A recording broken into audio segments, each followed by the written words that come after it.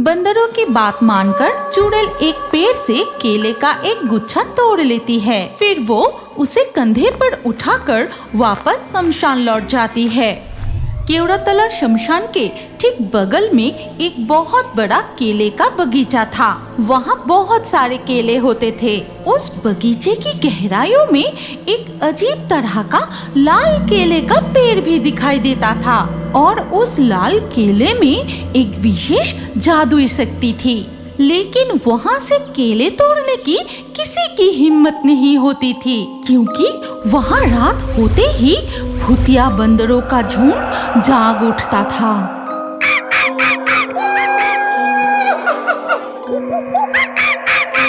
वो रहा, भूतिया बंदरों का झुंड जाग उठा। उनकी आवाज सुनाई दे रही है। मैं अभी जाकर उनसे एक गुच्छा केला मांग लाती हूँ। ये कहकर केवड़ातला शमशान की चुड़ैल बगल के केले के बगीचे में जाती है।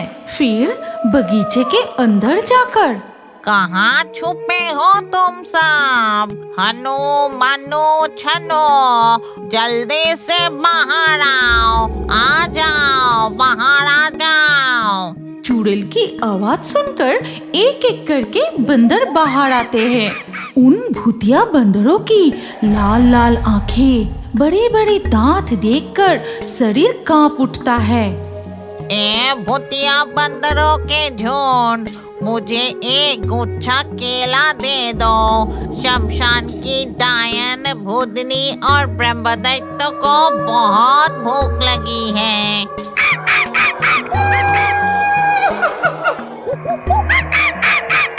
इतना चिल्ला क्यों रहे हो? मैंने तो सिर्फ एक गुच्छा केला ही मांगा है। अच्छा ठीक है, इसके बदले में पास के गांव से तुम्हारे लिए पक्के आम लेकर आऊंगी।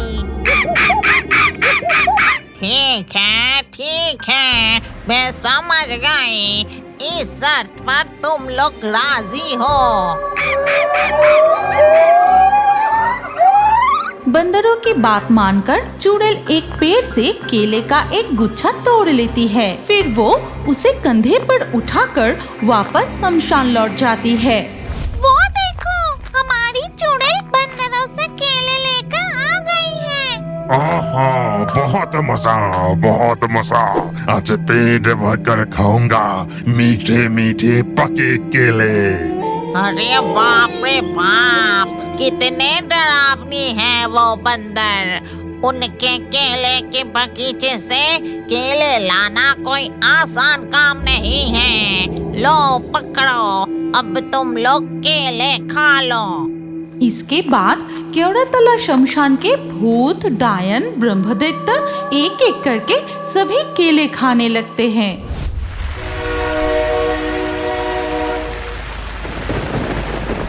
इसी तरह चुड़ैल हर रात भूतिया बंदरों की केले की बगीचे में जाकर केले का गुच्छा ले आती है और सारे भूत मजे से खाते हैं। लेकिन उस शमशान में अंतिम संस्कार करने आया कोई इंसान अगर केले के लालच में आकर गलती से भी उस बगीचे में घुस गए तो उसे कोई नहीं बचा सकता। क्यों? अगर कोई इंसान उस केले के बगीचे में घुसे तो उसके साथ क्या होता है काका? क्या वो भूतिया बंदर उसे? बारिश भरी शाम में चाय की दुकान पर 7 भूतिया बंदरों और केले के बगीचे की डरावनी कहानी चल रही थी। चाय में चुस्की लगाकर सोमू फिर से पूछता है, अच्छा गोपाल काका, क्या उस केले के बगीचे में सचमुच लाल केले का पेड़ है? क्या आपने वो केला देखा है? और उन लाल केले में ऐसी कौन सी जादुई शक्ति है कि 7 भूतिया बंदर मिलकर उसकी रखवाली करते हैं? हाँ, देखा है, अपनी आँखों से देखा है। तब मेरी उम्र कोई 35 या 40 साल होगी। मैं केवड़ातला शमशान में एक पड़ोसी के अंतिम संस्कार में गया था। शमशान में चीता की आंख तेज जल रही थी। तभी शमशान में आने वाले सभी लोगों को तेज भूख लग गई। तभी शमशान के पास एक केले का बगीचा देखकर रमेश गोपाल से कहता है, गोपाल, चल हम उस केले के बगीचे में जाकर एक गुच्छा केले तोड़ लाते हैं। काम खत्म होने में अभी बहुत देर है। केले खाकर सब भूख मिटा लेंगे। चल फिर केले के बगीचे से केले तोड़ कर लाते हैं। ये कहकर गोपाल और रमेश उस केले के बगीचे में जाते हैं। फिर वो दोनों इधर उधर पके हुए केले के गुच्छे खोजने लगते हैं। ए रमेश, वो केले का गुच्छा काफी अच्छी पकी है, ले इसे तू काट ले। फिर रमेश वही किया, वो केले का गुच्छा काट लेता है। ठीक तभी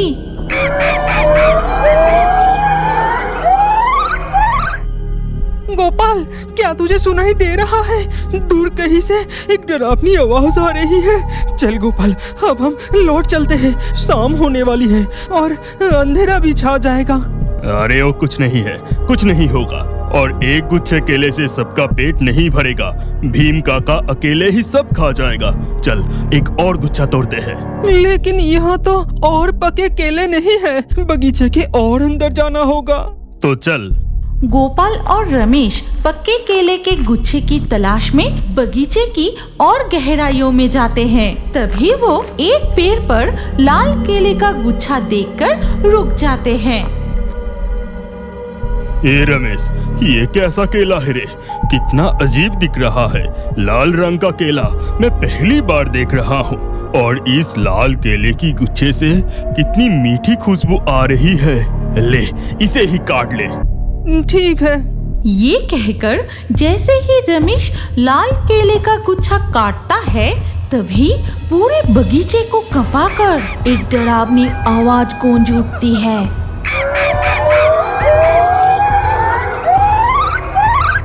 इसके बाद एक एक करके उनके सामने भूतिया बंदर प्रकट होने लगते हैं।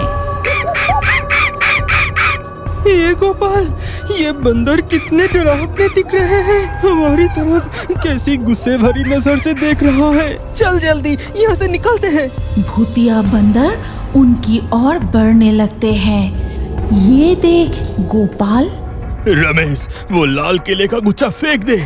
उसी लाल केले ने भूतिया बंदरों को जगा दिया है। चल यहाँ से, मेरे पास ये केले के गुच्छे को लेकर भागते हैं। रमेश लाल केले का गुच्छा दूर फेंक देता है और बंदर उसी तरफ चले जाते हैं। यही मौका है, चल यहाँ से।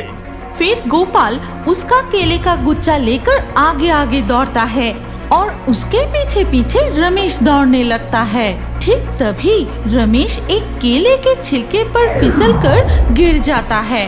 गोपाल को पता भी नहीं चलता। वो केले लेकर शमशान पहुंच जाता है। अरे गोपाल, इतना हाँफ क्यों रहा है? क्या हुआ? और इतनी देर लगाकर बस एक गुच्छा केले लाया है। जल्दी से वो केले दे, मुझे बहुत भूख लगी है। फिर गोपाल केले का गुच्छा भीम काका की ओर बढ़ा देता है और शमशान में आने वाला सभी लोग केले खाने लगते हैं। तभी खाते हुए भीम काका कहते हैं, ए गोपाल, रमेश कहाँ है रे? वो दिख नहीं रहा। रमेश? अरे वो कहाँ है?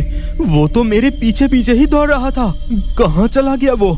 शमशान में आने वाले सभी लोग केले खाकर छिलके शमशान में ही फेंक देते हैं। और ये सब कुछ पास के एक पेड़ पर बैठी देख रही थी एक चुड़ैल। केला खाकर उसका छिलका शमशान में ही फेंका। तुम लोग बहुत बड़ी गलती की, बहुत गलती की। ए गोपाल, रमेश कहाँ चला गया? अंतिम संस्कार संपन्न हो गया है। अब सभी वापस घर जा रहे हैं। तुम लोग थोड़ा और रुको ना। रमेश मेरे पीछे ही था, वो अभी आ जाएगा। रमेश, ए रमेश, कहाँ है तू? रमेश की कोई आवाज नहीं आती। सभी लोग एक एक करके घर लौट जाते हैं। चल गोपाल, रमेश जरूर शमशान में ना आकर घर लौट गया होगा। मेरा बात मान, तो भी घर चल। और थोड़ा सा रुक जाओ ना, रमेश जरूर लौटेगा। अरे घर वापस चल। ऐसी आधी रात को शमशान में तू अकेला इंतजार करेगा क्या? वो लौट गया होगा, चल।